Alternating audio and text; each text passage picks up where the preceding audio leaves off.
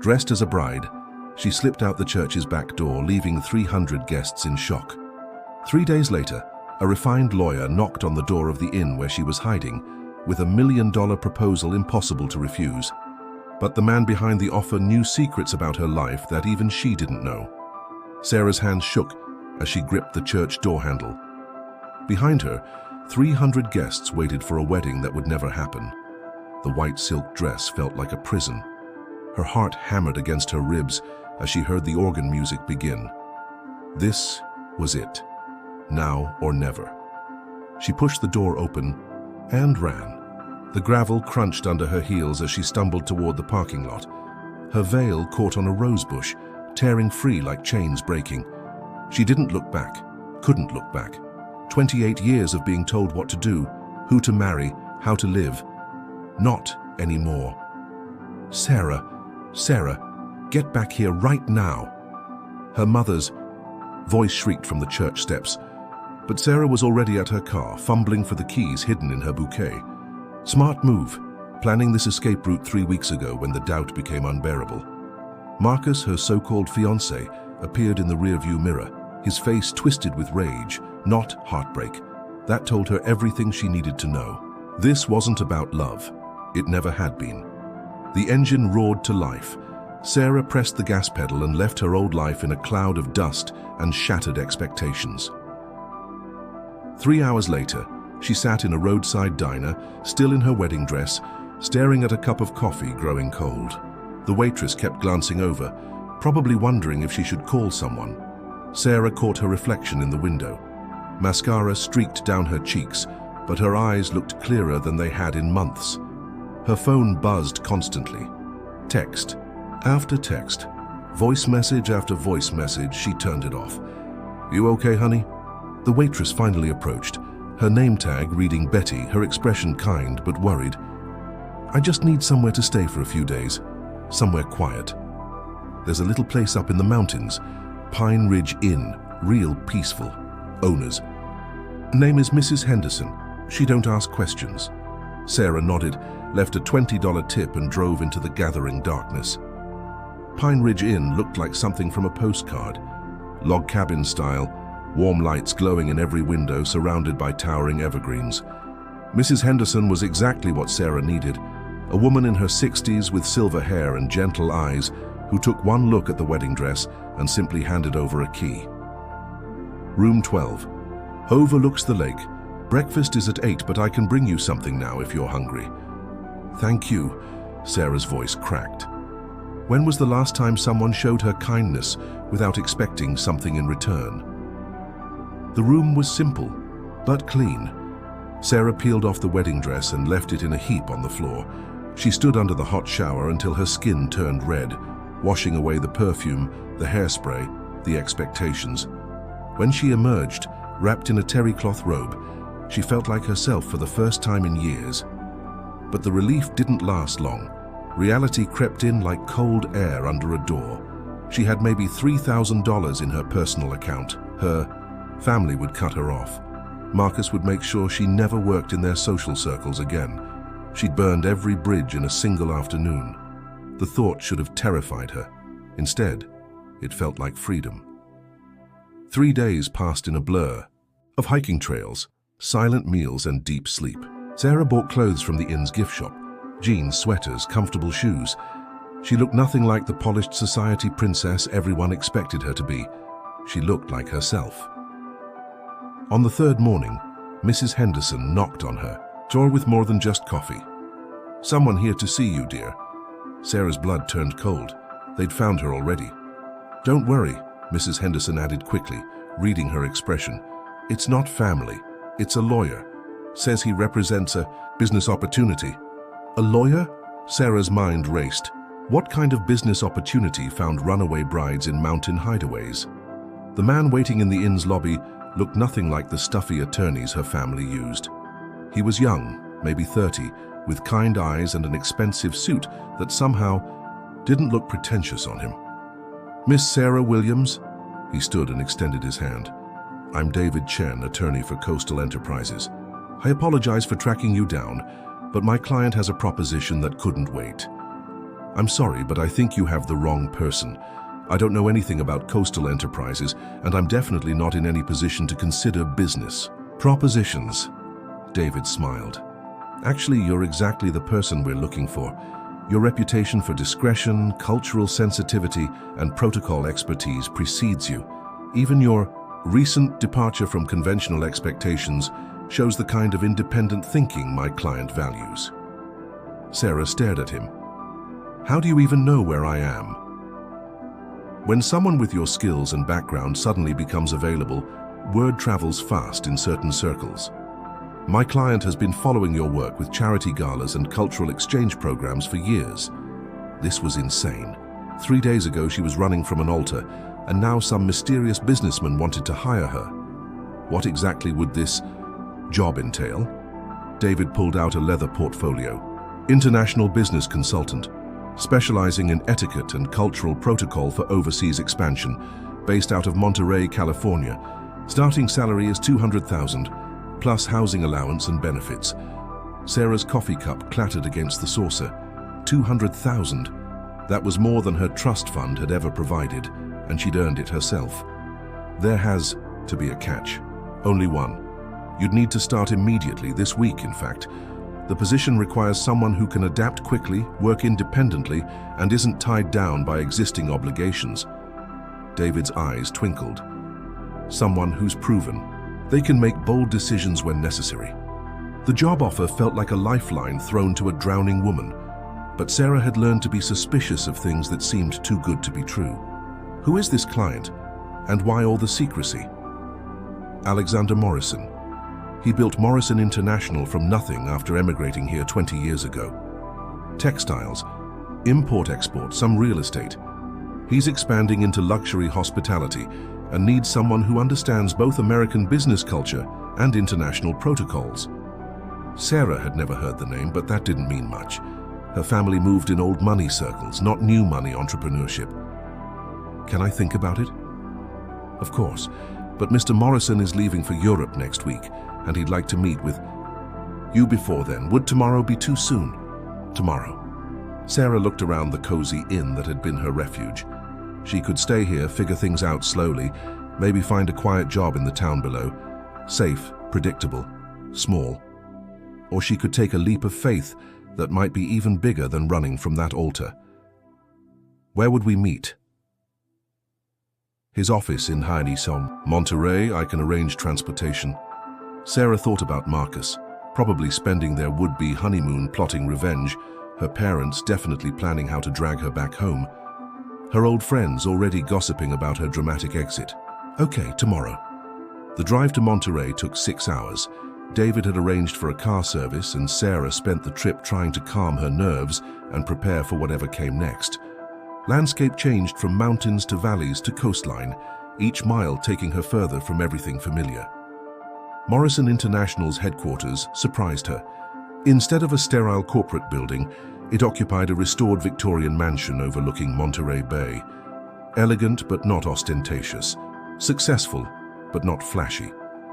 David led her through hallways lined with artwork from around the world. Asian ceramics, African textiles, European paintings.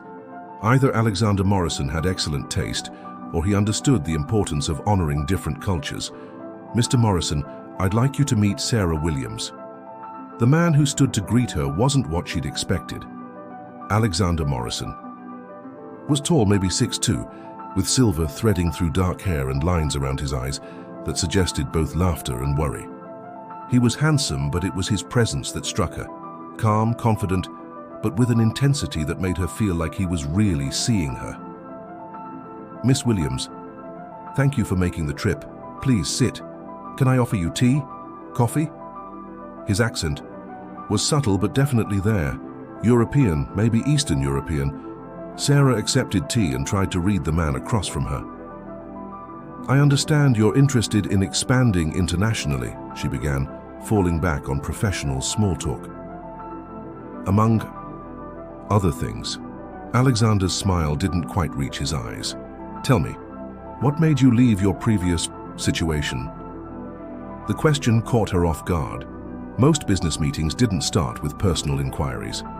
I decided it was time to make some changes. Courageous. Changes from what I understand. Sarah's spine stiffened. How much do you know about my personal life, Mr. Morrison? Enough to know that you're exactly the kind of person I need working with me. Someone who isn't afraid to walk away from comfortable lies in favor of difficult truths. There was something in his tone that made Sarah study his face more carefully. This wasn't just about business, but what else could it be? The position David described sounds interesting, but I have to ask, why me? There must be dozens of qualified consultants who didn't just run away from their weddings. 3 days ago, Alexander leaned back in his chair, and for a moment, Sarah saw something vulnerable flicker across his features. Because those consultants are still living their safe, predictable lives, they haven't proven they can rebuild everything from scratch. They haven't shown they're willing to risk everything for their principles. You make it sound like you're looking for a partner, not an employee. Maybe I am. The words hung in the air between them. Sarah felt her heartbeat quicken, but not from fear this time, from possibility. I need someone I can trust completely, Alexander continued. Someone who understands that sometimes the most ethical choice looks like betrayal to people who benefit from the status quo. What was he really talking about? Sarah had the distinct feeling this conversation was about much more than cultural protocols and business etiquette. Mr. Morrison, I appreciate the offer, I really do, but I think I deserve to know what I'd really be getting into.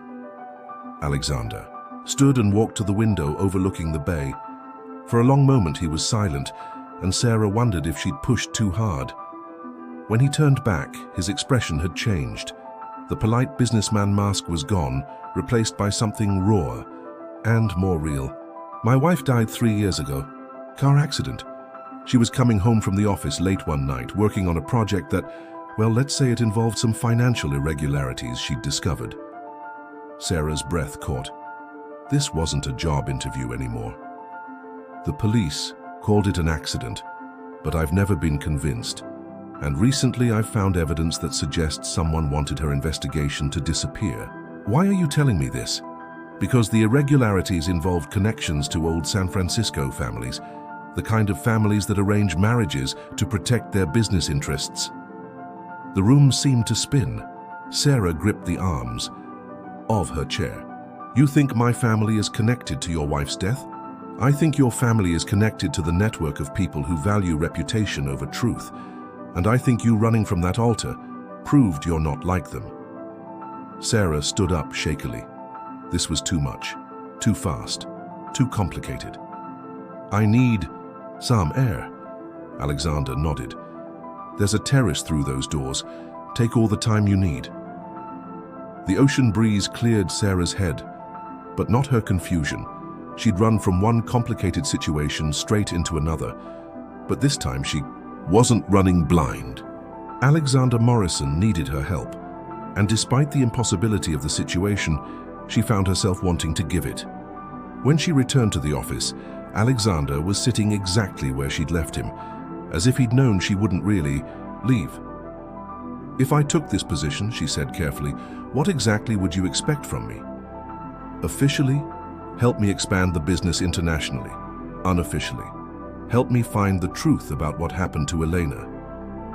Your wife, my business partner, my best friend. The pain in his voice was unmistakable.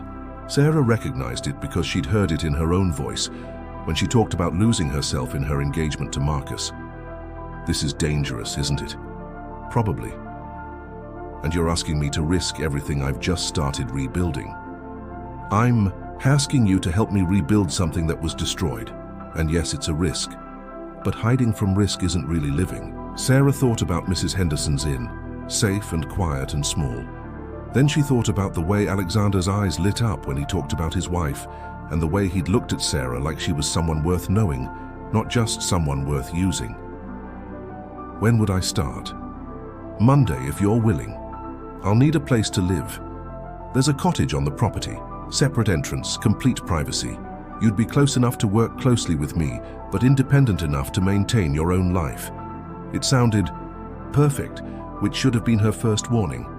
"Mr. Morrison, Alexander, I need you to promise me something." "What?" "If I'm going to help you find the truth about your wife, you have to promise you'll tell me the truth about everything else. No more mysterious job offers and convenient coincidences. If we're going to be partners, even temporarily, I need complete honesty." Alexander studied her face for a long moment, then extended his hand. "Complete honesty, I promise." Sarah shook his hand, feeling like she was either making the smartest decision of her life or the most dangerous. She had no idea it was about to be both. The cottage was perfect, which should have made Sarah suspicious. Hardwood floors, stone, fireplace, windows facing the ocean. Too good to be true, just like everything else about this opportunity. But after 3 days sleeping on mountain inn sheets, the Egyptian cotton bedding felt like heaven. Monday morning arrived with fog rolling off the bay. Sarah dressed carefully in one of the business suits she'd bought over the weekend. Professional but not ostentatious. She needed to prove herself before anyone discovered she was flying blind. Alexander's assistant, Maria, was a fine woman in her 50s with sharp eyes and a warmer smile than Sarah expected. He's in the conference room reviewing the Tokyo expansion files. Coffee's fresh and he takes it black. Sarah knocked on the conference room door, balancing 2 cups and her new leather portfolio. Alexander looked up from a spread of documents, and for a moment she saw him as he really was. Tired, worried, carrying weight he couldn't share with anyone. "Good morning. I brought coffee." "Thank you."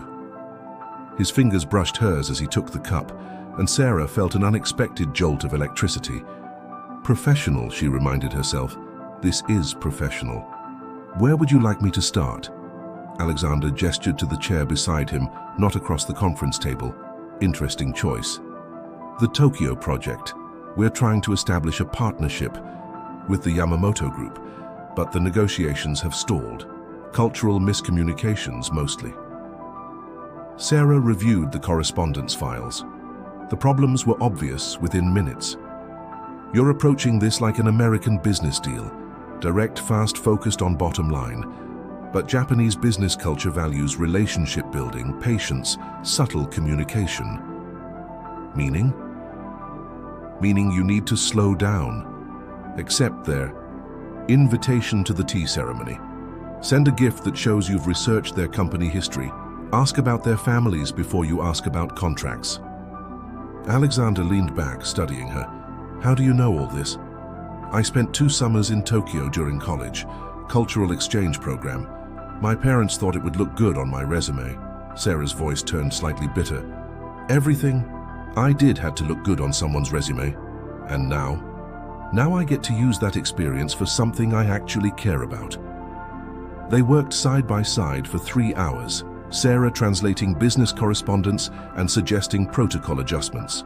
Alexander was quick to understand, building on her suggestions with insights that showed his own intelligence. This wasn't a man who needed hand-holding. He needed a partner who could see what he couldn't. "We should break for lunch," Alexander said finally. "There's something I want to show you." He led her through a door she hadn't noticed, into what had clearly been a private office. Everything was covered in dust sheets, like a museum exhibit no one visited anymore. This was Elena's space. Sarah's breath caught. Family photos covered one wall. A beautiful dark-haired woman with Alexander, both of them laughing. The same woman in a graduation cap, shaking hands with university officials, in a business suit cutting a ribbon at some corporate event. She was gorgeous. She was brilliant. MBA from Stanford, spoke 4 languages, could read a financial statement faster than most accountants. She built half this business. Alexander pulled the sheet off Elena's desk. Papers were still scattered across the surface, as if she'd just stepped away for coffee. This is what she was working on when she died. Sarah looked closer. Financial records, highlighted sections, handwritten notes in the margins, bank transfers, shell companies, offshore accounts. Elena had been tracking something complex and carefully hidden. What did she find? Money laundering, as far as I can tell. Someone was using our business relationships to move dirty money through legitimate channels. Eleanor discovered it by accident during a routine audit. Sarah studied the papers more carefully. Some of the company names looked familiar, but she couldn't place them. Have you shown this to the police? They said it wasn't enough evidence to reopen the investigation. Accidents happen, they said. Successful businesswoman working late, tired, rainy night, case closed. The pain in Alexander's voice made Sarah's chest tighten. She knew what it felt like to have people dismiss your instincts, to be told you were overreacting. But you don't believe it was an accident. Elena was the most careful driver I knew, and the brake line failure was too convenient. Plus, someone broke into her office the night after the funeral. Nothing stolen, but her computer hard drive was wiped clean. Sarah's blood chilled. Alexander, this sounds like something the FBI should handle, not a protocol consultant.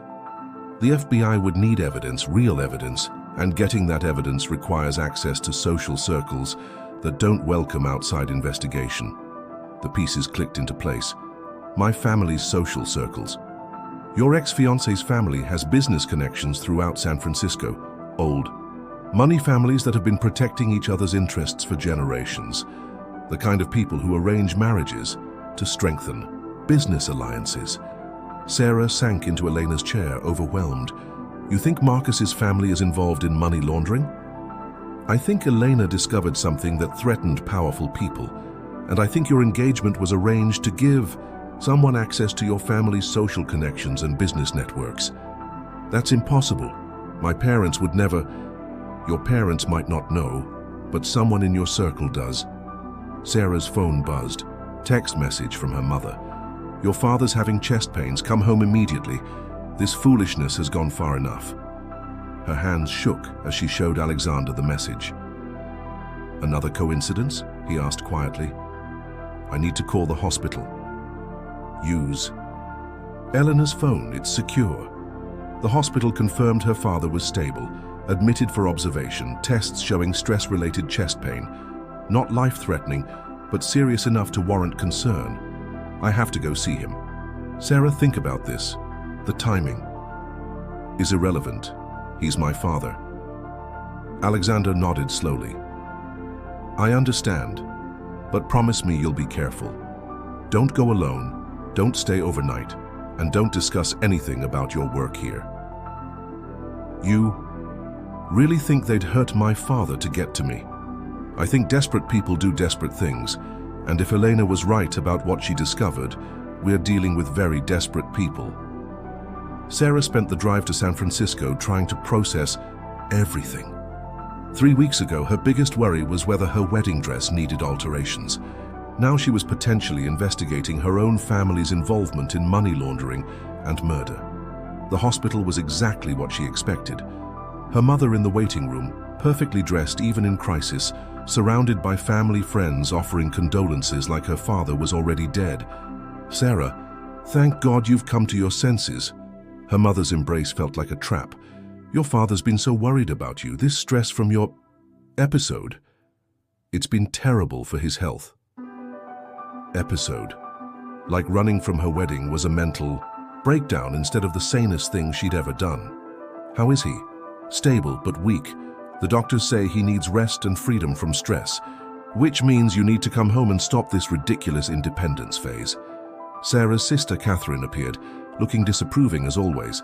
We've been telling everyone you had a nervous breakdown. Temporary stress from wedding planning. Much better than admitting you abandoned poor Marcus at the altar. Poor Marcus? He's been devastated naturally, but he's willing to forgive you. Quiet ceremony, just family. No one has to know about the first disaster. Sarah stared at her. Sister, you want me to marry him anyway?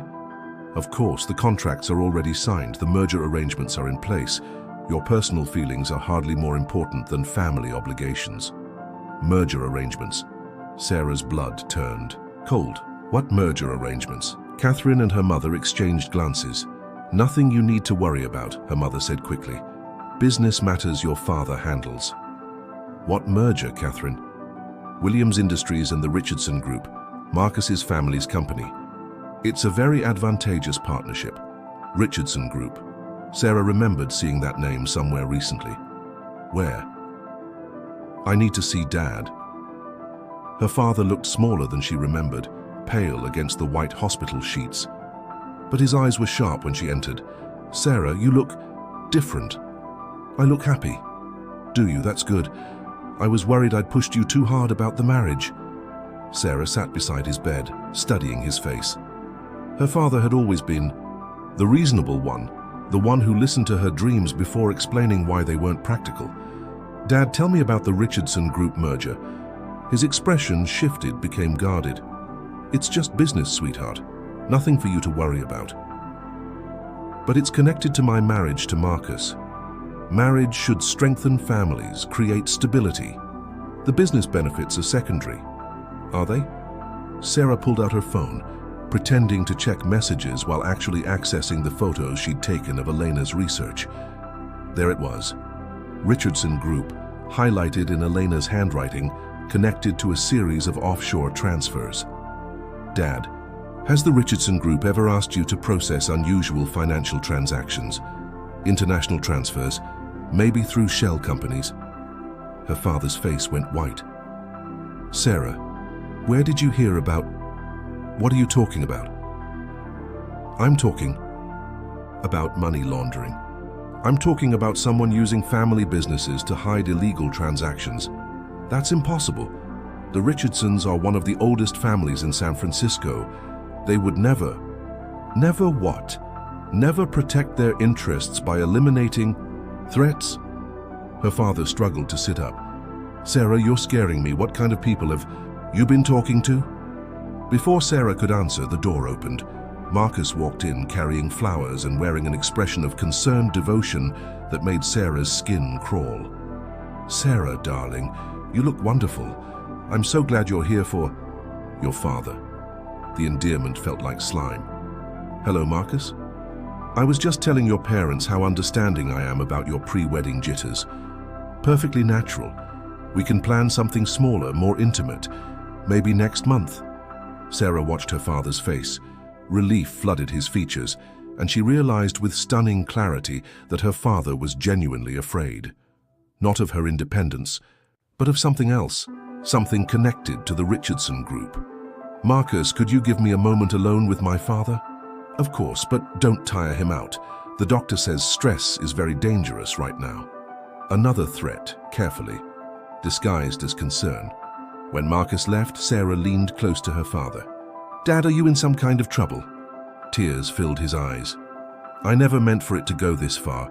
It started as a simple favor, processing some international payments for old friends.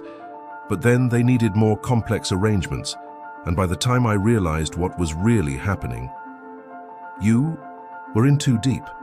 They said the marriage would solve everything. Marcus would take over the international accounts, move them away from Williams Industries, clean slate for everyone. And if I refused, they didn't think you would. You'd always been such a good daughter, so obedient. Sarah's heart broke for him. Her gentle, ethical father, trapped by good intentions and threatened by people who mistook kindness for weakness. Dad, there might be another way, but I need you to trust me. Sarah, these people are dangerous. If you cross them, they already crossed me. The question is whether we're going to let them win. Her father gripped her hand. What do you need me to do? Get me copies of all the Richardson Group transactions, everything you've processed for them in the last 5 years. That's highly confidential information. It's evidence, Dad. Evidence that could save your business and put the real criminals in prison. Her father was quiet for a long moment. Then he reached for his phone. My laptop is in the safe at home. The password is your birthday. Everything you need is in a folder labeled International Consulting. Sarah kissed his forehead. I love you, Dad. I love you too, and Sarah, I'm proud of you for running from that altar. I should have had your courage years ago. Sarah left the hospital with her father's access codes and a clear mission, but as she reached her car, she noticed Marcus standing by the passenger door, going somewhere. Home. Funny, I was hoping we could talk privately, clear up some misunderstandings. Marcus's smile was sharp, predatory, nothing like the charming man her family had fallen in love with. There's nothing to misunderstand, Marcus. I'm not marrying you. Actually, I think you are. He stepped closer and Sarah caught sight of 2 men in a black sedan watching from across the parking lot. You see, your new employer has been asking questions about people who value their privacy. That's unfortunate for him. and potentially dangerous for you. The bottom dropped out of Sarah's stomach. They knew about Alexander. I don't know what you're talking about. Alexander Morrison's wife died because she couldn't mind her own business. It would be tragic if history repeated itself. Rage flooded through Sarah, washing away fear. Are you threatening me? I'm offering you a choice. Come home, marry me quietly, and everyone stays safe. Or continue down this path and watch people you care about get hurt. Sarah thought about Alexander alone in his office, surrounded by Elena's research. She thought about her father, trapped by his own good intentions. She thought about Elena, brilliant and dead because she tried to do the right thing. I need time to think. You have until tomorrow night. The Richardson family is hosting a charity gala. Very exclusive, very private, perfect place for announcements. Be there, Sarah, with the right answer. Marcus walked away, leaving Sarah shaking in the parking lot. She had less than 24 hours to decide between saving the people she loved and letting Elena's killers win. She drove back to Monterey with her mind racing. The cottage felt like a sanctuary, but Sarah knew that was an illusion. Nowhere was safe now. Her phone buzzed with a text from Alexander. How's your father? Better. Can you meet me at the cottage? We need to talk. 20 minutes later, Alexander was sitting on her couch while Sarah paced, telling him everything that had happened at the hospital. They know about you, she finished. They know about Elena's research, and they're threatening to hurt anyone who doesn't back down. Alexander's jaw tightened. Did they hurt your father? Not directly, but his chest pains weren't entirely natural. The stress of being trapped in their web, it's killing him slowly. We have to go to the FBI now. Your father's testimony, Elena's research. Won't be enough. They'll claim the stress made him confused, that Elena misunderstood legitimate business transactions. We need more proof.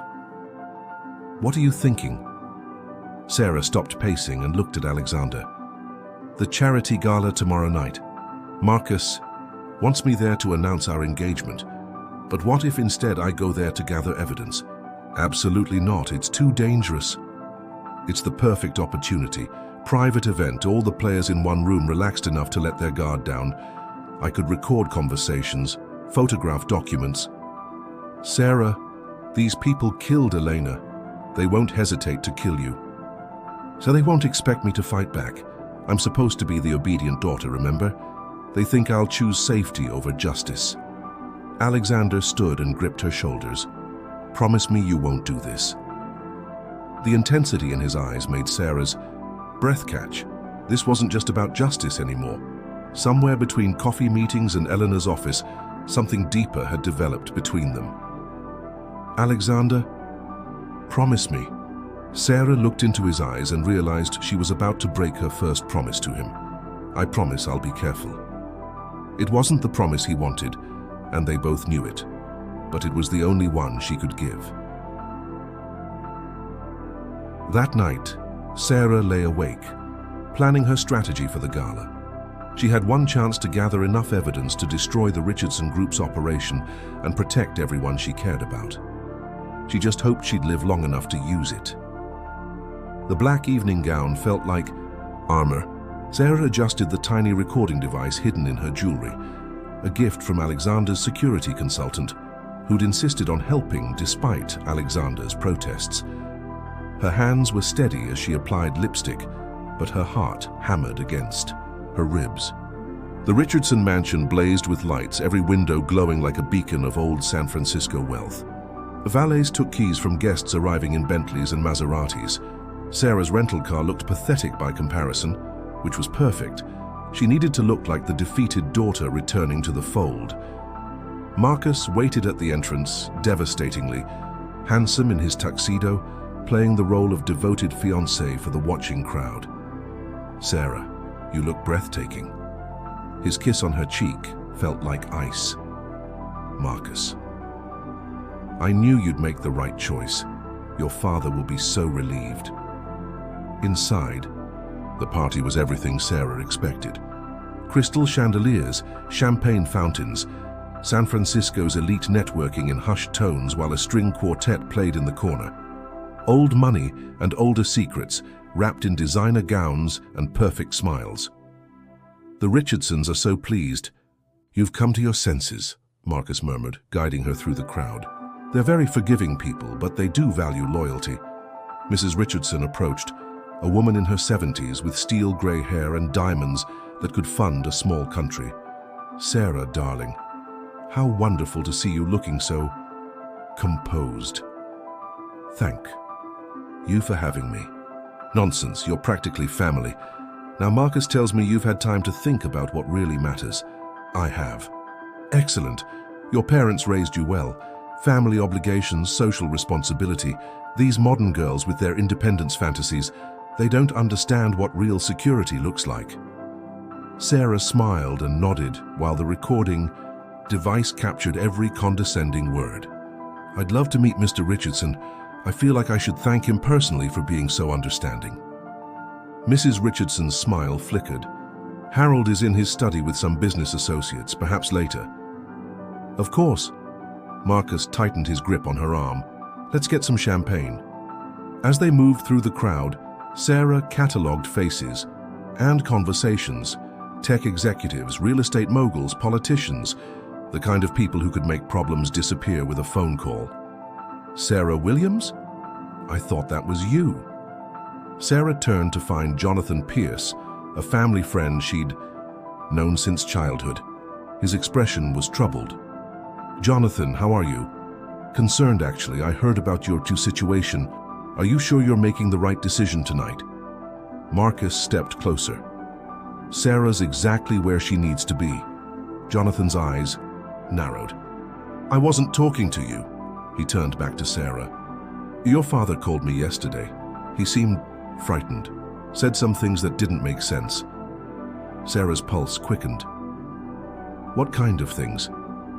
"Something about international accounts, questionable transactions. He asked me to look into some offshore companies, but when I started researching, I got calls telling me to drop it." "Threatening calls?" "Politely. Threatening. The kind that mention your family's safety while discussing investment opportunities." Marcus's jaw tightened. "Jonathan, I think you've had too much champagne." "I think I haven't had enough." Jonathan met Sarah's eyes. "Be careful. Tonight. And if you need help, call me." He melted back into the crowd before Marcus could respond, leaving Sarah shaken. How many people knew about the Richardson Group's activities? How many were too scared to speak up? "Bathroom," Sarah said. "I need a moment. I'll wait here." Sarah made her way upstairs, ostensibly looking for the powder room, but actually searching for Harold Richardson's study. The second floor was dimmer guest rooms and private offices off limits to party guests. She found the study by following the sound of voices. The door was slightly ajar, and she could see 3 men inside. Harold Richardson, a man she didn't recognize, and her. Blood turned to ice. Her own uncle, Robert Williams, her father's brother. "The Morrison situation needs to be resolved quickly," Harold was saying. "His investigator is getting too close." "Eleanor Morrison's research was supposed to be destroyed," the stranger replied. "How did he get copies?" "Someone. Leaked information," Uncle Robert said. "We need to find out who." Sarah pressed closer to the door, the recording device capturing every word. "What about the girl?" Harold asked. "Marcus says she's cooperating now." "Sarah's always been manageable," Robert replied. "Unlike her father. He's been having second thoughts about our arrangement. James Williams signed the contracts. He can't back out now without facing serious consequences." "What kind of consequences?" the stranger asked. Harold's voice turned cold. "The kind that ended Eleanor Morrison's investigation permanently." Sarah's hand flew to her mouth, stifling a gasp. They just confessed to murder. "The charity auction is starting," Robert said. "We should get back downstairs. Marcus will announce the engagement and everything returns to normal." Sarah darted into the nearest room, a guest bedroom, as footsteps approached. She waited until the hallway was quiet, then crept back out. Her mind raced as she descended the stairs. Uncle Robert was involved. Her own family member had helped arrange Elena's murder and was forcing her father's compliance through blackmail. The main ballroom had been transformed for the charity auction. Sarah found Marcus near the front, talking to the auctioneer. Her phone buzzed with a text from Alexander. FBI is 30 minutes away, get out now. Too late. The auctioneer was calling for attention. Ladies and gentlemen, before we begin tonight's auction, we have a special announcement. Marcus Richardson would like to share some wonderful news. Marcus took the microphone, his smile brilliant and false. Thank you all for being here tonight. As many of you know, I recently experienced a temporary setback in my personal life.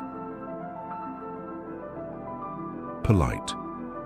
Laughter rippled through the crowd, but I'm happy to announce that Sarah Williams and I have reconciled and will be married next month in a small, private ceremony. Applause erupted. Sarah felt the walls closing in as Marcus gestured for her to join him on the small stage. Sarah, would you like to say something? This was it, the moment that would determine everything. Sarah could play along, marry Marcus and protect her father while letting Elena's killers walk free, or she could risk everything for the truth. She took the microphone. Thank you all for being here tonight. It means so much to have the support of family and friends during difficult times. More applause. Sarah saw her uncle in the crowd, nodding approvingly. Marriage is about trust, isn't it? About building something honest and lasting with someone who shares your values. Marcus's smile faltered slightly. Which is why I can't marry Marcus Richardson. Gasps echoed through the ballroom. Marcus reached for the microphone, but Sarah stepped away. You see, I've learned some disturbing things about the Richardson family business, things involving money laundering, threats, and murder. The crowd erupted in shocked murmurs. Security guards started moving toward the stage. 3 years ago, Elena Morrison was killed because she discovered that the Richardson Group was using legitimate businesses to launder money for criminal organizations. My own family's company was being used without my father's knowledge. She's having another breakdown, Marcus called out. Security, please help her. But Sarah wasn't finished. Uncle Robert, would you like to explain to everyone why you told Harold Richardson that Elena Morrison's investigation needed to be resolved permanently? Robert's face went white. Harold Richardson was pushing through the crowd, his expression murderous. Because I recorded your conversation upstairs 20 minutes ago, along with your confession to arranging Elena's murder. Chaos exploded. Guests scattered, security rushed the stage, and Marcus lunged for Sarah. She dodged, still clutching the microphone. The FBI will be here any moment with warrants for Harold Richardson, Robert Williams, and Marcus Richardson.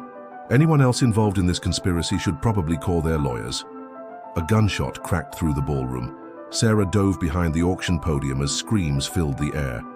Another shot splintered the wood inches from her head. Harold Richardson stood in the center of the chaos, holding a pistol. Nobody leaves until we sort this out. Harold, put the gun down, someone shouted. There are innocent people here. There are no innocent people here. Everyone in this room has benefited from our arrangements. Sarah peered around the podium.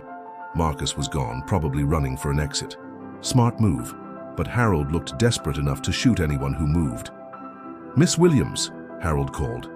Why don't you come out and we'll discuss this like civilized people? I don't negotiate with murderers. Murderer? Elena Morrison died in a car accident. Tragic, but hardly criminal. Cutting someone's brake lines isn't an accident. Harold's face twisted. Prove it. I already have. The recording device I'm wearing has been broadcasting everything to the FBI. They heard your confession and they're surrounding the building right now. As if summoned by her words, red and blue light strobed through the ballroom windows. FBI agents poured through the entrances, weapons drawn. Drop the weapon. FBI. Harold spun toward the agents, gun raised. Sarah didn't see who fired first, but Harold crumpled to the floor as guests dove for cover. The next few minutes were a blur of shouting agents, crying socialites, and paramedics. Sarah found herself wrapped in a thermal blanket, giving her statement to a detective, while FBI agents arrested Uncle Robert and searched the mansion. Marcus Richardson? Gone, the detective replied. But we'll find him. His passport's been flagged, and his bank accounts are frozen. Alexander appeared at Sarah's side. his face pale with worry. "Are you hurt?" "No, shaken but fine." He pulled her into his arms, and Sarah finally let herself cry.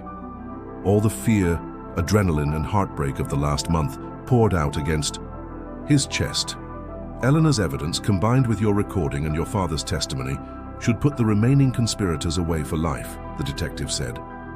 "Your father's cooperation will be taken into account during sentencing.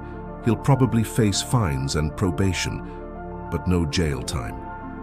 Relief flooded through Sarah. Her father would be okay.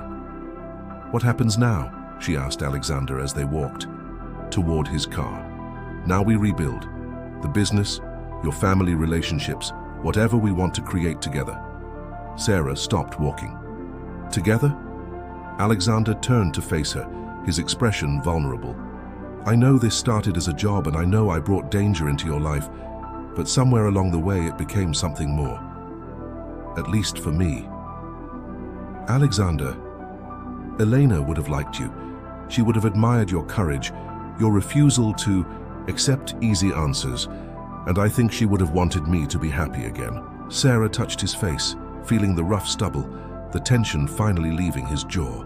"I think I fell in love with you somewhere between your first promise and tonight's confession recording." "Only think?" "I know I fell in love with you. The question is whether you're ready for someone whose family comes with federal investigations and media scandals."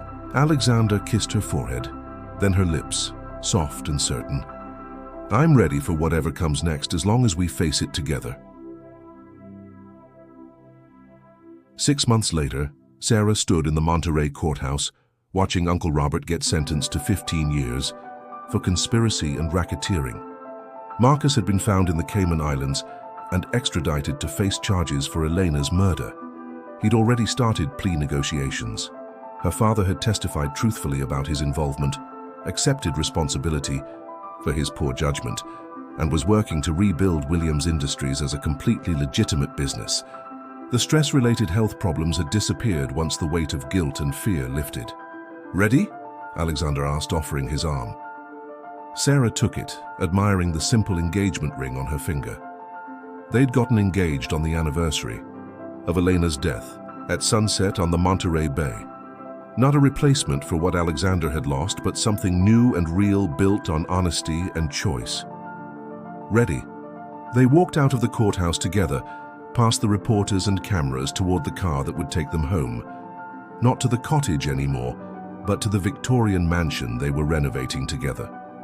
Elena's office had been converted into Sarah's consulting space, where she helped other businesses navigate international protocols without compromising their ethics. "Any regrets?" Alexander asked as they drove along the coast road. Sarah thought about the question seriously. A year ago, she'd been trapped in an engagement that would have destroyed her soul and enabled criminals. Now she was building a life with a man who valued her strength and shared her principles. "Only one," she said finally. "What's that?" "I wish I'd been brave enough to run from that altar years ago." Alexander laughed, the sound free and joyful. "Then we might never have found each other." "True, but think of all the adventures we missed. We'll make up for lost time." Sarah smiled, watching the ocean stretch toward the horizon. The future felt unlimited, full of possibilities she'd never dared imagine when she was playing the role of the perfect daughter. She'd learned that sometimes the most dangerous choice is the one that keeps you safe. That real love doesn't require you to diminish yourself to fit someone else's expectations, and that the courage to walk away from what everyone else wants can lead you to exactly where you belong. The wedding was small, just close friends and family who had proven they could be trusted with the truth. No arranged contracts, no business mergers, no one telling Sarah what she should want or who she should be. Just two people who had found each other in the wreckage of their old lives and chosen to build something beautiful from the pieces. They exchanged vows overlooking Monterey Bay.